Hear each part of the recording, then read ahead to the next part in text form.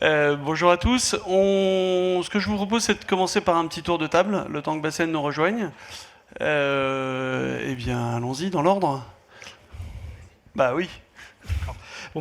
Bonjour à tous, bonjour à mes compatriotes très masculins de la table ronde. Ça c'est un peu le problème. Donc moi je suis David Dubois, je travaille au sein du groupe Prévoir, j'ai en charge toute l'activité marque blanche, c'est-à-dire en fait le développement d'activités avec des délégataires de distribution et de gestion. Je suis directeur des partenariats au sein du groupe Prévoir et j'ai aussi la présidence d'Assure One, qui est un cabinet de courtage qui appartient au groupe Prévoir à 100% et qui est complètement dédié à l'activité d'assurance automobile. Fabrice. Bonjour, donc Fabrice Angenin, je suis directeur technique chez Algone. Donc Algone, on est une start-up qui propose des solutions d'analyse de solvabilité basées uniquement sur l'open banking. Et donc évidemment sur la donnée qu'on conserve est très sensible et donc on travaille avec des grands groupes comme BNP, Crédit Mutuel, ou aussi des startups comme Alma ou Pledge. Voilà. Antoine.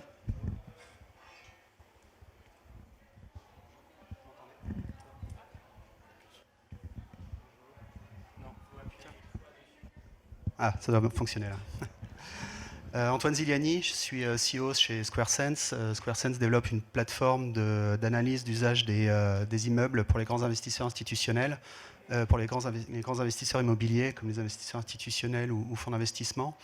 On collecte des données dans les immeubles pour aider nos clients à comprendre comment l'usage de ces immeubles impacte la performance financière, extra-financière de leur portefeuille immobilier. Merci. Bonjour, alors Bassem Darpal, je travaille au sein du Crédit Agricole en tant que coordinateur sécurité SKSI. Principale mission avec mes collègues et l'équipe, c'est l'élaboration des avis SSI pour le compte des projets stratégiques pour le groupe. On s'occupe aussi de la partie évaluation des solutions cyber pour le compte des entreprises, parce qu'en fait, voilà, de la part du groupe et de toutes les entreprises du groupe. Et voilà, donc heureux d'être parmi vous aujourd'hui. Merci. Merci. Donc on va commencer donc cette table ronde sur le fait qu'on ait un prérequis. On a 3 gros startups et un banquier avec nous sur cette table. Je vais commencer par te poser la question en disant voilà, qu'est-ce que tu attends aujourd'hui d'une startup quand tu veux l'intégrer ou quand tu veux travailler avec elle? Qu'est-ce que tu regardes en priorité? En fait, il y a 2 cas d'usage distincts. Travailler avec une startup, ça peut se concrétiser sous forme d'un partenariat ou en tant que client. Le deuxième cas d'usage, c'est travailler avec une startup dans le sens ou dans l'objectif, dans le but de faire une acquisition. Donc, les 2 cas d'usage différents. Sur le volet sécurité, sur le premier cas de figure, on va plus porter un focus sur les solutions qu'il propose, que la startup propose, et sur l'aspect sécurité, sur la maturité en termes de sécurité, en termes plutôt par rapport aux exigences du groupe. Donc ça, c'est le premier cas de figure. Sur le deuxième, on va aller encore plus loin, dans le sens où on va essayer de connaître toute la SI ou toute la partie SSI de la startup pour voir quels sont les points d'amélioration, qu'est-ce qui manque en termes de prérequis ou en termes d'alignement par rapport aux politiques et aux standards du groupe, et de diminuer cette surface d'exposition et potentiellement d'attaque, etc. Donc c'est 2 cas de figure. Mais dans les 2 cas, ça se passe toujours par un travail collaboratif avec la startup, que ce soit une due diligence ou que ce soit un travail pour faire un appel d'offres sur une solution typiquement SAS et autres. C'est toujours un travail entre la startup et le grand groupe en question. Voilà. Et vous allez jusqu'au code? Vous rentrez dans le code un petit peu ou comment ça se passe? Ça arrive. Pour certains cas précis, effectivement, on peut demander des pentests, de l'audit, qu'un plan d'action soit associé et présenté dans le dossier, que les vulnérabilités potentiellement détectées soient remédiées avant l'acquisition du produit éventuellement. Donc oui, on peut aller jusqu'à ce point-là, oui, tout à fait. Mais ça dépend des cas de figure, du projet en question, et il est toujours à la charge des 2 parties d'identifier si certaines mesures complémentaires doivent ou pas être mises en place et mises en œuvre par les 2 parties. Et la protection de la start-up, elle est envisagée en amont? C'est-à-dire que toute la partie légale, NDA, Durant tout le processus. Tout le processus est fait Durant en tout le amont. processus, Avant que ça arrive chez toi. tout le processus, durant tout le processus. Messieurs les start-upers, quand vous travaillez avec une banque, ça se passe comment? Vous avez déjà le cas? Je pense, David, toi tu travailles dans une banque. Moi, j'ai plusieurs casquettes. En fait, le groupe Prévoir, c'est historiquement un groupe d'assurance de personnes, qui a été créé à partir de l'idée qu'il fallait protéger les personnes en situation difficile, les précaires, les populaires. Et donc, le schéma de distribution, c'était un schéma de réseau salarié. Réseau debout, qui se déplace à domicile, voilà. Il y a une transformation du groupe Prévoir depuis quelques années, avec une diversification sur la distribution. Ça a été l'acquisition d'Assurone. J'ai dit tout à l'heure que j'ai la présidence, l'achat du Twin aussi, qui est un courtier, qui était une start-up, qui a un peu grossi, mais qui est toujours spécialisé en assurance emprunteur, et plus récemment, l'acquisition de Réassurez-moi et de Stello, qui eux sont encore des petites structures. Donc en fait, au sein du groupe Prévoir, on a plusieurs sujets. On a le sujet des partenariats qu'on va monter avec des structures de distribution plutôt, puisque nous, on va être intéressés par la distribution de nos produits d'assurance. Donc là, on va avoir la contrainte évidemment qui pèse sur tous les assureurs en matière de distribution de produits d'assurance. Donc la sécurisation, le respect de la réglementation DDA, le devoir de conseil, enfin, tout ce qui encadre la distribution de produits d'assurance. On a aussi le sujet en tant qu'investisseur, puisque les acquisitions de sociétés différentes, c'est-à-dire de sociétés qui ne sont pas des sociétés d'assurance, mais des sociétés qui font de la distribution ou qui amènent un service à des distributeurs d'assurance, au travers de l'acquisition de leads par exemple, ça va supposer que ces sociétés elles tournent, donc du coup toute leur sensibilité au risque cyber, ça peut entacher l'image du groupe. Et typiquement sur Assurone, on a eu 2 attaques cyber, c'était dans la presse, donc je dévoile rien, une à l'été dernier et une en fin d'année dernière, qui ont été un peu compliquées parce que pour le coup là, on n'était pas assureur, on est distributeur, sauf qu'on distribue des produits d'assurance et on a des partenariats avec des constructeurs automobiles, et en cas d'attaque cyber, tout s'arrête. Ça sort dans la presse assez vite, comme par enchantement, il y a toujours des fuites extrêmement rapides, et donc il faut qu'on arrive aussi à gérer ça. Donc en fait finalement, au sein du groupe Prévoir, on a cette vision de travail avec des startups ou des sociétés, des PE, PME, qui est un peu élargie entre... on va les utiliser en tant que distributeurs potentiels, et puis on est aussi investisseur, et derrière on peut avoir des retours sur l'image du groupe en fait par rapport à ça. Donc c'est ça qui rend la situation un peu compliquée, à la fois très intéressante, parce que finalement quand je vais parler du risque cyber, je vais prendre ma casquette d'assureur en tant que le risque cyber qui va être chez un de mes distributeurs. On a une problématique aussi avec un gros courtier distributeur de produits Prévoir qui faisait de la gestion aussi de ses produits et qui a une grosse attaque, et ça a bloqué pendant plusieurs mois tous les reportings qu'on pouvait recevoir. En l'occurrence, on était sur l'assurance santé, et donc on a navigué à vue en termes de pilotage sur ces portefeuilles pendant quelques mois. Comment vous gérez ça quand il y a une attaque, quand il y a... Parce que tu nous as dit que tu avais été bloqué pendant quelques mois sur un sujet, quelques semaines sur l'autre. Comment tu gères cette partie-là? C'est assez compliqué. En fait, ce qui se passe tout de suite, c'est que dès qu'on a l'information, parce qu'il faut que l'information remonte vite, dès qu'on a l'information, ce qui se passe, c'est qu'on va fermer tous les accès. Donc là, en l'occurrence, quand on était l'assureur et que c'était notre gestionnaire qui a été cyberattaqué, on a bloqué tous les accès. Donc du jour au lendemain, on n'avait plus aucun reporting. On reprend les calculettes, on reprend les fichiers Excel, on reprend les reportings d'avant, et puis on essaie de faire comme on peut, c'est-à-dire qu'on va tracer des courbes, parce que l'objectif sur certains risques d'assurance, c'est quand même un pilotage au moins le mois. Notamment pour, en santé, on sait que la consommation médicale, c'est quelque chose qui est complexe, un portefeuille santé peut dériver très vite, donc 3 mois de blocage de reporting, c'est un sujet un peu complexe. Donc typiquement, on va mobiliser à la fois les équipes informatiques pour essayer de vérifier déjà qu'on n'a pas été impacté, on va tout bloquer, puis on va ressortir des travaux un peu classiques. Je trouve que dans ce cadre figure-là, je ne dis pas que c'est facile, c'est plus facile que quand on est nous-mêmes cyberattaqués et qu'on est dans un rôle de distributeur, parce que là, on a des enjeux de prévenir tous les partenaires, et je trouve que la situation est beaucoup plus stressante que quand on est nous-mêmes, on est l'assureur, on ferme les vannes, et après on reprend un travail un peu plus classique.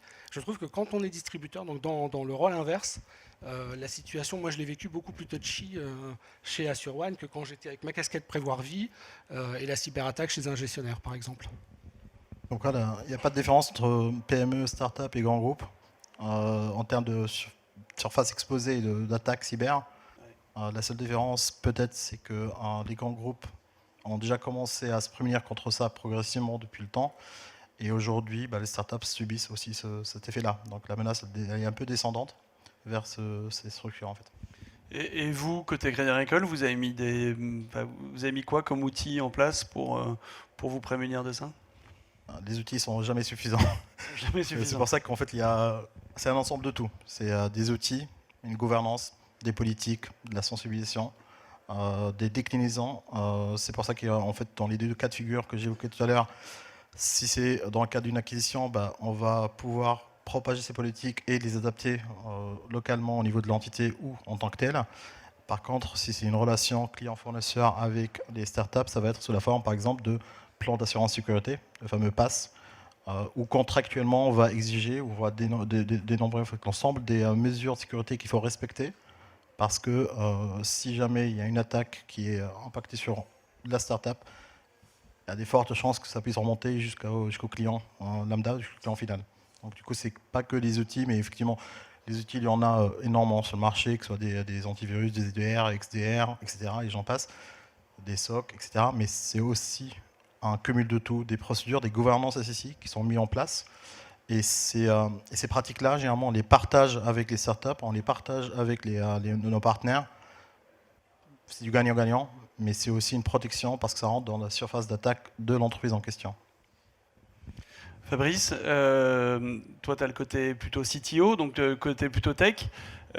Comment tu gères ce problème-là et comment tu l'envisages par rapport à ta startup?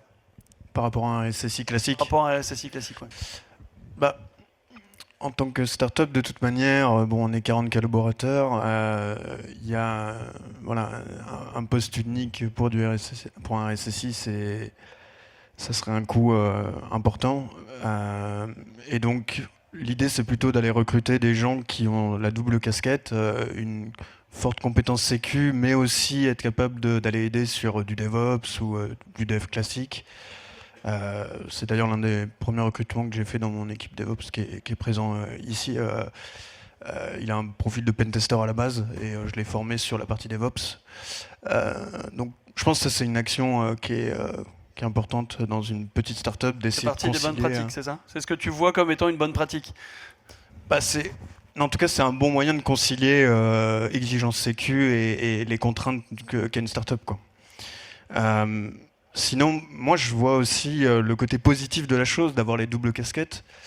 Évidemment, ça me rend peut-être un peu schizophrène, mais derrière, je suis capable de plus facilement prioriser des choses qui sont souvent des conflits entre CTO et CISO, et le CTO choisit ce qu'il veut prioriser. Là, je peux pousser plus facilement des exigences sécurité. Donc voilà, il y a des avantages et des inconvénients sur ce point. Merci. Antoine, toi tu gères de la data, beaucoup, donc il y a toujours des risques. Comment tu essayes de prévoir, d'essayer de te protéger par rapport à ces risques cyber? Alors nous, on a eu la chance de travailler avec un grand groupe d'assurance pendant notre phase de R&D, un groupe d'assurance global avec une forte sensibilité sur la sécurité des systèmes IT et la sécurité des données. Et donc on a travaillé avec certains de leurs partenaires, cabinets d'audit, pentester, pour valider l'architecture de la solution. Et donc on a intégré dès le début cette réflexion sur quels étaient les risques aux différentes étapes de vie de la donnée. Donc nous on collecte des données dans les immeubles à partir de systèmes IoT, mais également de systèmes IT, donc c'est assez divers en termes de sources de données. Donc la surface... C'est des immeubles publics, privés? Non, c'est plutôt des immeubles privés qui appartiennent à ces grands investisseurs. Par contre, ils peuvent être ouverts au public. C'est des grands immeubles de bureaux, des immeubles résidentiels gérés. Et donc dès le début, on a intégré cette réflexion avec le département IT de notre client et leurs partenaires. Et un peu comme Fabrice, on a eu cette stratégie de recruter plutôt des profils hybrides, donc une équipe DevOps et notre CTO qui ont une expérience en en sécurité des systèmes d'information dans leur poste précédent pour intégrer cette démarche dans le design de la plateforme. Vous êtes tous les deux d'accord sur cette bonne pratique de DevOps. Est-ce que c'est des profils qui sont faciles à trouver aujourd'hui? Je dirais très dur, non. Mais c'est pour ça que C'est une porte ouverte. Hein, mais... faut faire un choix, prendre d'un côté ou de l'autre, et puis après essayer de former, quoi. C'est plutôt ma vision de la chose, mais je me trompe peut-être. Je confirme, c'est des profils assez rares, enfin en tous les cas très demandés. Bon, néanmoins, on y arrive. D'ailleurs, on a un poste ouvert en ce moment. Petite publicité. Petite publicité locale. Et du coup, ces profils, donc, en fait, vous cherchez des moutons à 5 pattes. Enfin, c'est un peu, j'exagère un peu, mais vous cherchez des profils quand même très atypiques. Ces profils que vous arrivez à trouver, vous êtes obligé vraiment de les former. Vous avez des instances de formation. Comment ça se passe en interne chez vous? Pour répondre aux besoins, vous allez privilégier quel côté? Le côté sécurité, le côté DevOps, le côté... Alors, on a privilégié le côté DevOps, évidemment, parce que c'est un fondement de notre stratégie de développement. Néanmoins, on a cherché des profils qui avaient une certaine expérience, pas des juniors, même si on en a également, mais les premiers recrutements étaient plutôt sur les profils seniors avec cette expérience en termes de sécurité de système d'information. Puisqu'on avait ce besoin de travailler sur le sujet avec nos clients. Moi, en l'occurrence, j'ai plutôt un background de DevOps à la base. Enfin, en tout cas, j'ai beaucoup travaillé là-dessus. Du coup, j'ai plutôt cherché quelqu'un qui avait un background un peu sécu, quitte après à utiliser des certifications et autres pour le faire évoluer dans la partie sécu ou la partie DevOps. Et du coup, quand des solutions comme ça arrivent chez toi, ça répond à tous tes critères ou comment tu passes, comment ça se fait et comment tu arrives à gérer ce genre de problématique-là? C'est rassurant dans le sens où ce que j'avais en tête, ce que je voulais dire tout à l'heure, ce que mes confrères, ce qu'ils ont dit, c'est que on essaie déjà d'inculquer ces pratiques-là. Donc, la sécurité aujourd'hui pour les startups, mine de rien, elle fait partie, qu'on ne veut pas, de leur ADN. C'est un sujet qui est aussi important que le business lui-même, donc ça, de part de leur fonction. C'est un enjeu majeur pour les startups, autant que pour les startups pour leur pérennité que pour les grands groupes qui vont accompagner. Et effectivement, je partage l'avis sur les fonctions où c'est assez difficile de trouver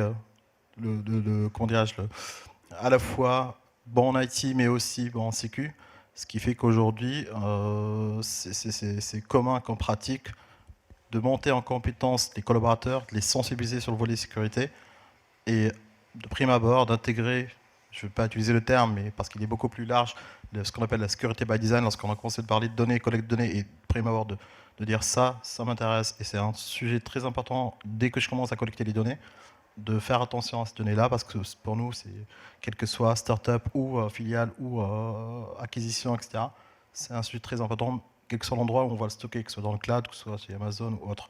Aujourd'hui, je pense que c'est un sujet très intéressant. Tu as aussi affaire à des produits internes. Est-ce que les pratiques, elles sont meilleures en externe qu'en interne? On peut en parler de ça ou pas? Ça, c'est une question piège. Non. Non, mais est-ce que cette méthode qui... Non, ce que je disais tout à l'heure, c'est que les pratiques, que ce soit pour en interne, donc c'est décrit sous forme de politiques qui sont suivies par les entreprises filiales du groupe et par la future acquisition, donc la future filiale, ou alors elles sont retranscrites sous format de pass avec la start-up, le fameux plan d'assurance sécurité, lorsqu'on entre en relation. Donc, je dirais les pratiques sont les mêmes, en tout cas les exigences sont les mêmes, pour être précis. Ensuite, la pratique varie, mais globalement, les enjeux sont les mêmes et les buts est commun, que ce soit pour les startups ou pour le grand groupe en fait. D'accord. En termes de design et de mise en place de vos produits, est-ce que ces outils de sécurité, pour vous trois, ou ces exigences de sécurité ont accéléré, changé quelque chose, ralenti le process de développement? Comment vous percevez cette exigence dans votre développement? Alors, ça n'a pas vraiment ralenti le process de développement technique de la solution, ça a ralenti le déploiement chez nos clients. Parce qu'on a eu pendant les phases initiales de construction et des premiers déploiements, donc le département IT est entré en jeu notamment sur les aspects sécurité. Et donc il a fallu répondre à l'ensemble de leurs demandes et travailler avec leurs partenaires pour fournir les garanties nécessaires. Ça a pris un certain temps et ça a ralenti. C'est un délai qu'on n'avait pas complètement anticipé dans le projet. Tu peux nous donner un peu ce que ça ralentit, en nombre de jours, mois, années? Ça a duré quelques semaines en délai complet. Pour nous, c'était relativement long à notre échelle. En termes de ressources, je dirais que ça a mobilisé un demi-ETP pendant 3 mois. Ce qui est toujours, encore une fois, pas négligeable à notre échelle. On est une petite boîte, on est 30 personnes. À l'époque, c'était en 2020. Donc on était 2 fois moins. Voilà. Ouais, alors un demi-ETP, 3 mois, c'est pas un risque non plus. Enfin, c'est pas non plus, c'est beaucoup, ça s'entend pour une start-up, mais c'est pas, on parle pas d'années, quoi. On parle pas d'années de retard. Non, évidemment. D'ailleurs, ça nous a pas mis en difficulté particulière. C'est juste le retour d'expérience sur le fait de ne pas avoir anticipé cette charge supplémentaire et ces délais dans le projet. Ce qui fait que pendant 3 mois, le projet a avancé beaucoup moins vite et on n'a pas perdu 3 mois, mais on a eu ce shift dans le projet. Donc derrière, ça a un impact sur le développement, sur l'acquisition de références, sur l'encaissement et voilà. Donc tout est ralenti et ça peut, si ces délais sont un peu plus longs, si on avait rencontré des problèmes, des difficultés à fournir ces garanties, ça aurait pu être beaucoup plus compliqué. Je rebondis, tu as dit que tu avais mis ça en place lorsque vous avez commencé à intégrer sur des clients. Est-ce que côté client, vous avez été soutenu de ce côté-là? Comment ça s'est passé? Oui, on a été complètement soutenu dans l'équipe innovation chez notre client qui pilotait ça en lien avec l'IT chez eux. On avait pas mal de soutien, ils sont pas mal impliqués dans les relations pour faire la gestion de projet de leur côté et faire avancer les différents sujets. Donc pas mal de soutien. Ils étaient côté métier. Donc généralement on a pas mal de soutien côté métier pour que ça avance parce qu'ils sont utilisateurs et eux, ils ont aussi besoin que les projets sortent. Donc oui, pas mal de soutien. Fabrice?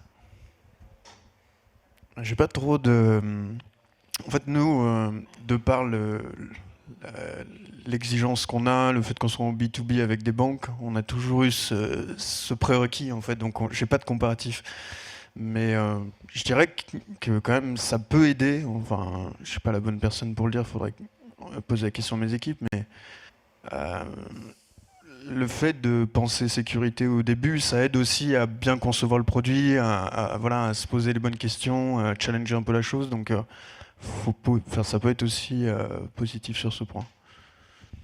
David, de ton côté? Moi, c'est un peu différent parce qu'en fait, mon sujet, quand je cherche donc là, avec ma casquette d'assureur, quand je vais chercher un distributeur, je vais pratiquer une opération qu'on appelle d'externalisation, de sous-traitance. Donc mon sujet, c'est d'être sûr que finalement, les activités que je vais déléguer, pour lesquelles je reste légalement responsable, l'assureur, en déléguant, en fait, il ne perd pas sa responsabilité, au contraire. Eh bien, il faut que je m'assure que le partenaire avec qui je vais travailler, soit pour la distribution, soit pour la gestion, soit les deux, va être en mesure de remplir les activités que je lui délègue. Donc finalement, le sujet que moi je vais regarder, et c'est assez récent parce que je pense que même les assureurs, c'est pas que prévoir, je pense que les assureurs se posaient pas toutes ces questions-là avant. Aujourd'hui, on a mis en place des questionnaires à l'entrée en relation et des questionnaires de conformité. Chaque année, on envoie à tous nos partenaires, distributeurs et gestionnaires en fait un questionnaire dans lequel on a une dizaine de questions sur sa sécurité informatique. Alors, ça reste encore basique parce que un des freins qu'on peut avoir, c'est on veut l'utiliser, on veut qu'il vende, on veut qu'il travaille avec nous et on n'est pas les seuls assureurs sur la place. Donc en fait, si on est trop chiant, il va aller voir ailleurs, on va être clair. Hein. Mais par contre, on sait, et là on est appuyé aussi par la réglementation, hein, qui, notamment la CPR, hein, l'autorité de tutelle des assureurs, qui met l'accent très fort ces derniers temps, depuis ses enquêtes depuis 2015, je pense, sur la sécurité des systèmes d'information au sein des assureurs. Donc quelque part, on est appuyé par l'autorité de tutelle, donc ça nous aide. Et derrière l'autorité de tutelle, elle supervise aussi quand même les distributeurs. Mais ce qu'on essaie de faire, c'est de comprendre comment ils ont sécurisé leur système, parce que nous, on est sensible à plusieurs sujets. D'abord, la data qu'on leur donne. Ils vont avoir accès à des données personnelles, donc les violations de données, les fuites de données, tous ces risques-là. Même si on a délégué l'activité de traitement de ces données, quand même, on va rester responsable à la fin. Donc ça, c'est sensible. On est sensible aussi à tout ce qui va être rupture de la chaîne de prod. Donc en fait, on va essayer de comprendre comment ont été bâtis les plans de continuité d'activité, parce que souvent, ils n'intègrent pas complètement en fait le risque cyber. Et puis on veut comprendre aussi quelles sont les tactiques ou la stratégie qui va être développée en cas d'attaque. Les remontées d'informations, les cellules de crise mises en place, on a envie de comprendre tout ça. On n'a pas beaucoup de moyens de manœuvre parce que quelque part, si j'ai un partenaire distributeur ou gestionnaire qui demain a une cyberattaque qui bloque toutes ses activités, je vais juste subir.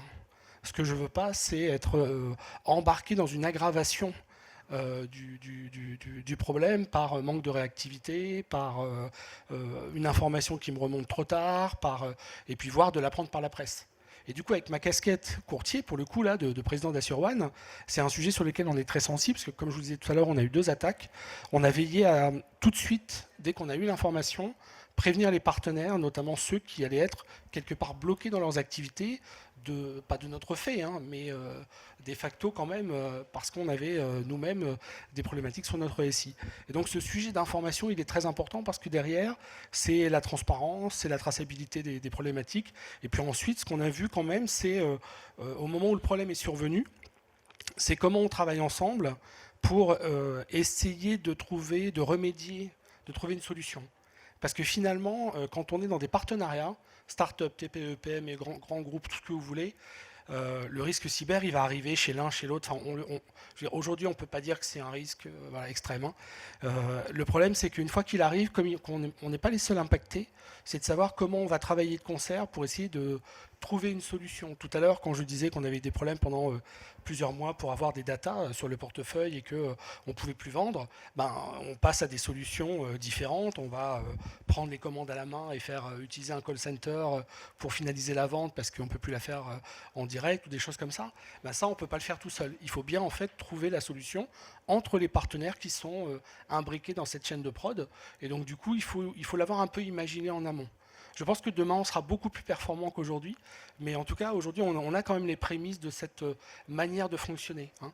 Moi, je ne suis pas tech, hein, je ne suis pas du tout informatique. Je gère des risques en général. Et c'est plutôt comme ça que j'appréhende le sujet. C'est que si le cyber se réalise, j'ai une problématique de capacité à continuer à fonctionner. Comment j'opère dans un environnement finalement très contraint, parce que l'événement cyber qui va être survenu va faire que le partenaire avec qui je suis en activité va fermer complètement son activité. Et donc comment je gère cette transition de quelques semaines à quelques mois, le temps de recouvrer toutes les facultés. Et puis il y a un risque d'image aussi. Enfin, clairement, sur de la donnée comme celle que vous utilisez, il y a un gros risque d'image. Vous gérez ça comment ? Je pense que... Alors, le risque d'image, on ne peut pas complètement l'externaliser pour moi. C'est-à-dire que, typiquement, la dernière attaque, l'attaque qu'on a eue chez AssureOne, pour le coup, fin d'année dernière, la première question, dès que j'ai appris, c'était est-ce qu'il y a une fuite de données ? Parce qu'on est quand même contraint par la réglementation à le déclarer à la CNIL. Ouais. On doit savoir ensuite quel type de données, au cas où, quel type de données sont sorties. Est-ce que c'est des données personnelles ? Est-ce que derrière il y a des empreintes ? Je ne sais pas, de carte bleue. On peut imaginer plein de trucs quand on encaisse des primes et qu'on paye des sinistres. Donc en fait, ce risque-là, nous on l'a géré comme étant la transparence avec les partenaires. En l'occurrence, côté AssureOne, c'était les assureurs et les constructeurs automobiles avec qui on travaille, de leur dire les choses, de leur expliquer. En plus, c'était vraiment une attaque cyber sur une faille qu'on avait identifiée, mais finalement, la réparation, en tout cas, la réparation de cette faille était prévue dans le calendrier de traitement et c'est arrivé juste avant. Voilà. C'est dans la Un truc roadmap. con, c'est ça. Des fois, on se demande même comment tout ça est su, mais voilà, il faut vivre avec. Donc, en fait, on l'a plutôt géré sur la transparence. On n'a pas cherché à cacher. Et puis, justement, ce que je disais tout à l'heure, à travailler ensemble pour trouver une solution. Parce que le sujet de l'image, c'est ça sortira dans la presse. Quoi qu'il en soit, ça sort. Donc il ne faut pas croire en fait que c'est en essayant de minimiser, il faut dire les choses, et puis surtout mettre en place derrière tout de suite tout ce qui va rassurer. On a déclenché un audit immédiat, on a fermé ce qu'il fallait fermer, on a prévenu, donc grosso C'est modo... mis en place des moyens. Quoi. Ouais, c'est plutôt les moyens, et voilà. Et par contre, il faut être très réactif, et ça a été très apprécié parce qu'on a eu des retours, pour le coup, très positifs des partenaires. Super. Tu citais tout à l'heure les deux principaux régulateurs de notre métier, c'est la CPR et la CNIL. Quelles sont vos relations avec ces entités, ces monstres légaux? Très bonne. En fait, on est obligé, on est contraint sur différents métiers. Aujourd'hui, un grand groupe comme le Crédit Agricole, c'est pas que la finance. C'est finance, BPI, Customer Finance pour la partie CACF, c'est aussi CAIMO, c'est aussi... voilà, il y a différents domaines, que ce soit le math management, donc divers et variés. Donc pour nous, c'est la CPR, c'est aussi DORA, NIS 2, les réglementations et directives européennes, la BCE avec les audits annuels ou biannuels. Enfin, c'est un suivi qui peut être mis en place ou pas en fonction des cas de figure. Donc, il y a des contraintes réglementaires qu'il faut respecter.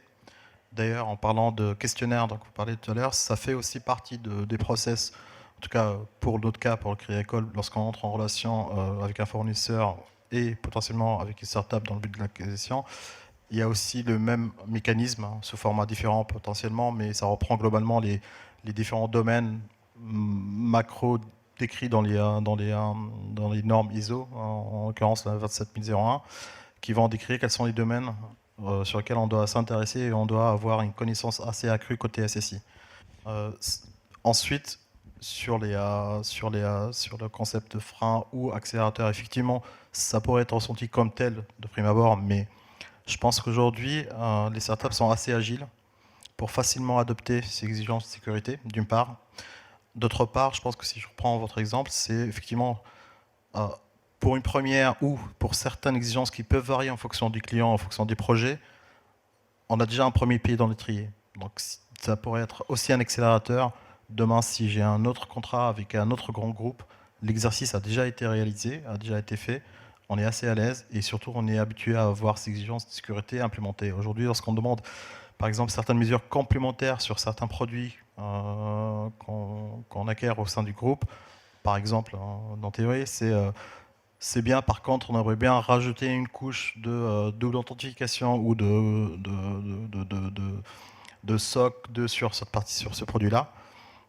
C'est des thématiques auxquelles les startups n'ont pas forcément pas pensé, mais n'ont pas jugé bon à ce moment-là de les implémenter parce que c'est un produit générique, mais que l'adaptation du produit se fait en fonction du client et plus important en fonction de la nature des données manipulées. On peut demander à ce qu'une startup soit HDS ou certifié 27001 ou autre, ça dépend des données qui sont manipulées derrière. Donc si c'est des données personnelles ou pas données personnelles. Enfin...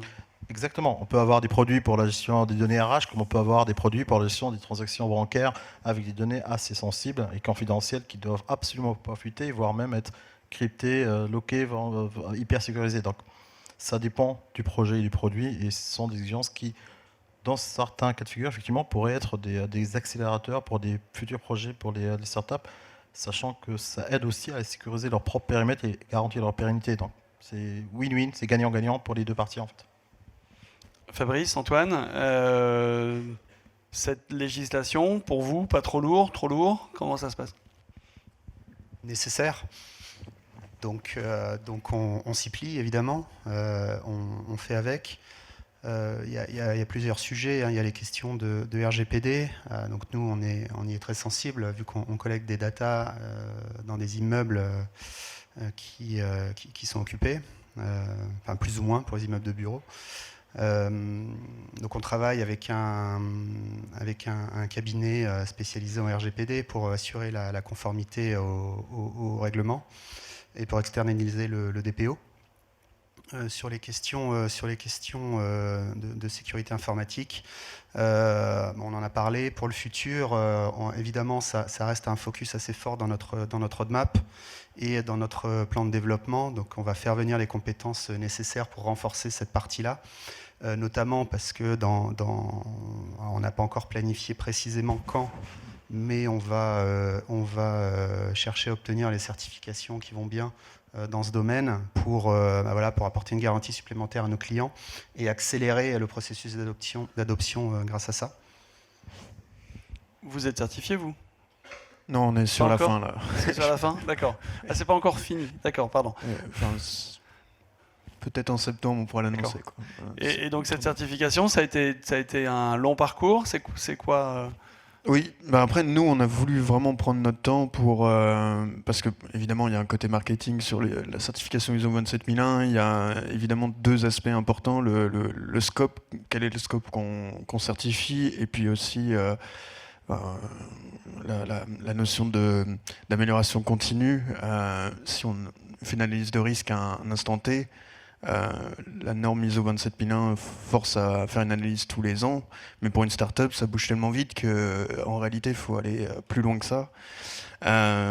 Donc voilà, on a voulu mettre déjà de base, quand on a fait l'audit avant de s'engager dans un processus de certification, on a remarqué qu'on avait une très bonne base technique. Par contre, effectivement, sur l'aspect politique, où on avait quand même un peu plus d'oral ou des choses comme ça, et donc on s'est axé là-dessus, mais on a aussi essayé de pousser sur toute la partie technique pour aller encore plus loin. Documentation aussi peut-être un peu, parce que souvent. Oui, bien sûr. Mais... Alors nous, c'est ce qu'on rencontre, hein, mais des problèmes de documentation entre des startups et des grands comptes, c'est souvent là où le bas blesse. Mais ça fait partie des choses. Et là, on s'est fait accompagner par une personne, en l'occurrence, qui a vraiment essayé d'adapter les politiques à la taille de notre entreprise. Souvent, on peut voir des politiques qui sont complètement inadéquates par rapport à la taille de la boîte ou par rapport à son secteur d'activité. Ça, c'est un point sur lequel on a vraiment pris notre temps. Et donc, c'est pour ça que là, on a globalement tout ce qu'il faut et on va juste attendre que l'organisme de certification nous donne une date pour passer, mais on est très confiant là-dessus. Mais de toute manière, pour nous, toutes les exigences demandées par l'ISO, c'est quelque chose qui est dans tous les contrats de nos clients, parce que la majorité de nos clients, pour pas dire tous, nous identifient comme PS2E, donc prestataire essentiel externalisé, avec toutes les clauses, les exigences qui ont été évoquées tout à l'heure.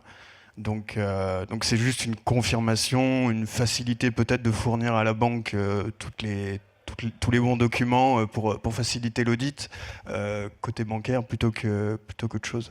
Ça répond aux questions avant qu'elles soient posées, c'est ça? Oui, clairement, ça facilite.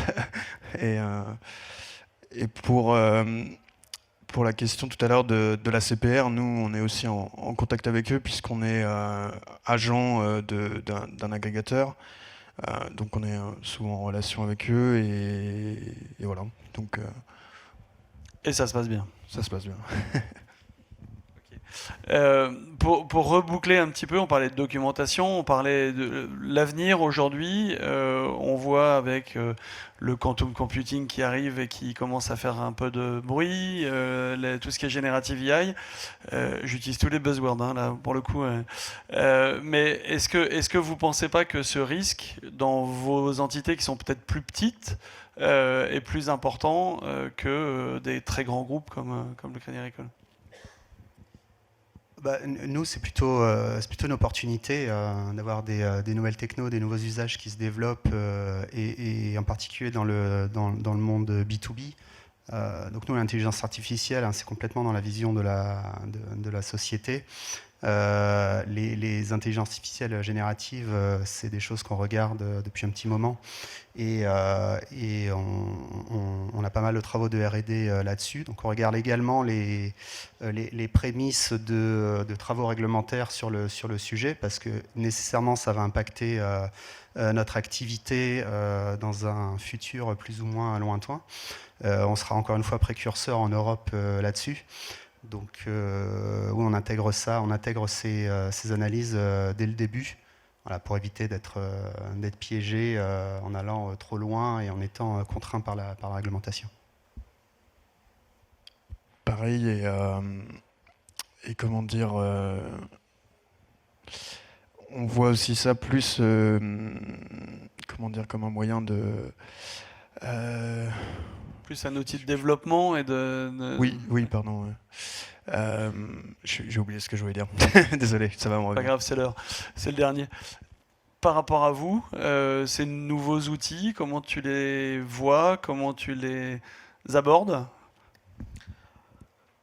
Je dirais comme tout outil, comme tout nouveau outil, en fait, tout passe par une analyse du risque. Ça dépend des cas d'usage, ça dépend vraiment des données manipulées, de la stratégie du groupe. On regarde ces nouveaux outils IA, de la position du groupe d'un point de vue sécurité, d'un point de vue prévention, et surtout essayer de délimiter les surfaces d'attaque qui peuvent être engendrées grâce à ces outils-là, et ou des fuites de données. Donc ce sont des analyses de risque suivant les processus habituels, afin de déterminer effectivement s'il y a un risque résiduel, s'il faut l'accepter ou pas. S'il n'y a pas d'acceptation, dans ce cas-là, les mesures adéquates peuvent être entamées en partant du blocage de ces outils-là ou bien sensibiliser les utilisateurs pour leur utilisation. Donc ce sont des mesures diverses et variées, mais tout passe par une analyse de risque. Parce que les cas d'usage, ils varient en fait, en fonction de l'outil, en fonction des métiers sous-jacents, en fonction de données qui vont pouvoir être manipulées ou pas. Donc voilà. J'ai retrouvé. Du coup, effectivement, oui, utiliser des outils adaptés à chaque poste, essayer de pousser ça. Mais aussi, quand on est 40, c'est beaucoup plus simple de faire une politique de changement, de sensibiliser, que quand on est 1000 ou plus. Donc je pense que ça, c'est un côté important côté startup qui peut être peut-être leveragé côté grand groupe en travaillant en partenariat. Ouais, de pousser des nouvelles choses, ça va tout de suite plus vite d'avoir des résultats, quoi. Nous, pour l'instant, on est plutôt à réfléchir au cas d'usage. Donc le risque, l'analyse de risque est introduite au fur et à mesure. Hein. Aujourd'hui, on est plutôt au cas d'usage. On essaie de regarder comment on peut intégrer GPT dans la relation client, en fait, avec une des startups du groupe. Donc c'est vraiment plutôt en mode POC très dégradé, juste pour voir l'intérêt, la faisabilité, et puis derrière, peut-être aussi la complexité de mise en œuvre, parce que finalement, c'est pas juste le moteur GPT qu'on prend et qu'on intègre comme ça, c'est qu'est-ce qu'on fait autour du métier et les conséquences que ça peut avoir. Alors évidemment, on peut se dire, tant mieux, ça peut épargner des coûts, notamment si ça peut générer un échange avec un client automatisé, avec un traitement humain. Je ne vais pas dire sans traitement humain, parce que j'y crois pas trop, mais en tout cas amoindri. Donc du coup, le coût peut être un élément. Mais pour l'instant, on est plutôt vraiment sur le côté POC avant de regarder. Voilà. On n'a pas, pour l'instant, on n'a pas eu d'interdiction d'utiliser GPT au sein de l'entreprise. Et vous mettez en place des gens pour le tester, ça, chez vous, aujourd'hui? Même dans des petites structures, ou c'est parce que vous êtes des geeks et que vous pouvez les regarder? Oui, on a des gens qui travaillent dessus chez Square Sense. Dès le début, on a monté une équipe de data science. C'était un peu l'ADN de la boîte dès le début. Et donc, on a des profils chercheurs, PhD en intelligence artificielle, informatique et maths appliquées qui travaillent sur le sujet. Pareil, on est dans les scores, donc oui, il y a des data scientists chez nous, et du coup, oui, voilà, on s'en sert aussi. Et chez vous, comment ça se... Alors, il y a effectivement une équipe qui a commencé à travailler sur le sujet, mais malheureusement, je suis très très mal positionné pour en parler, et surtout que voilà, c'est assez, Ça reste... voilà, c'est assez récent et assez restreint. Ok. On arrive presque au bout. Je vais tenir le timing, ce qui est rare. Est-ce qu'on a quelques questions dans la salle? Ou est-ce que je passe directement la parole? Vous avez le droit de vous réveiller. Hein. On a été clair, vous avez toutes les informations? Eh ben, je vous remercie. Merci. Merci à tous.